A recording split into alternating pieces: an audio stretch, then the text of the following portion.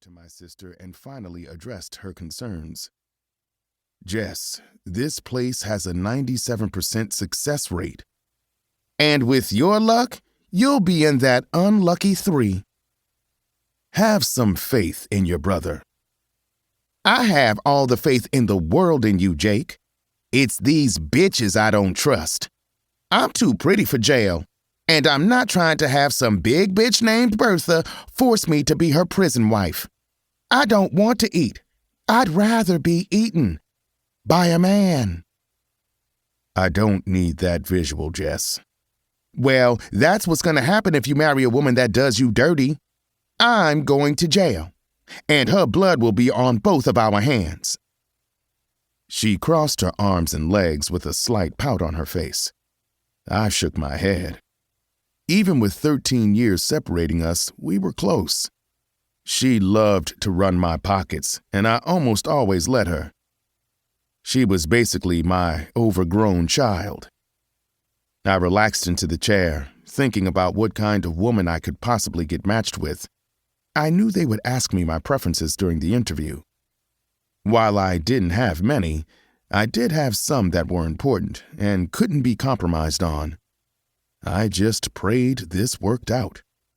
I wouldn't give up on love per se, but the good Lord would have to come down, sit next to me and say, "Hey, bruh, that's you right there." My thoughts were interrupted by the sound of my name being called. "Jacob Mitchell?" "Wish me luck," I said to Jess as I stood. She sighed. "Good luck. I mean that.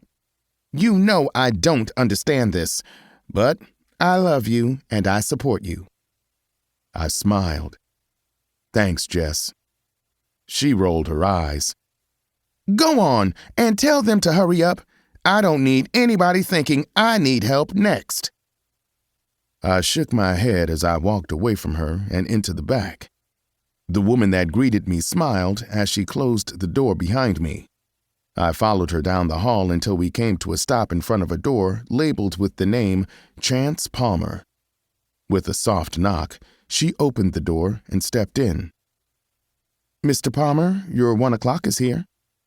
Mr. Palmer motioned me in. "Thank you." She nodded and left the room, leaving us alone. Mr. Palmer stood and extended his hand with a warm smile. "Good afternoon, Mr. Mitchell. Please make yourself comfortable." The moment I sat in the chair, I became overwhelmed with nerves. I was a naturally calm person, yet in this moment, I felt a little bit of panic seep in. My hands felt clammy, my throat felt dry, and suddenly, the button-up I wore felt like it was choking me. "Can I offer you a beverage?" Mr. Palmer asked. "Water," I choked out, rubbing my throat. He turned and fetched a bottle of water from the small mini-fridge behind him. When he handed it to me, I eagerly took it, twisted off the cap, and downed half the bottle. "Nervous?" he asked as I wiped my mouth. "I wasn't. I'm not so sure anymore." He chuckled. "It's a natural feeling. I mean, you are about to put your love life in the hands of strangers. Nervousness is warranted. How about we do an icebreaker? Tell me a little about you." I capped the bottle and relaxed into the chair. Well, I'm 34. I was almost an only child until my parents started over when I was 13. Now I have a little sister who sees me as her personal ATM. He chuckled. "She's just preparing you for parenthood." At this point, I'm overly prepared. "How does your family feel about you going through this process?" They think I'm crazy. I don't expect this to be a walk in the park for them. My parents want me to go through the whole process of dating and getting to know someone. I don't think you ever really know a person. People change from sun up to sundown. Amen to that. We are constantly evolving. Different circumstances and stages of life birth new people. I agree. Let's see, where was I?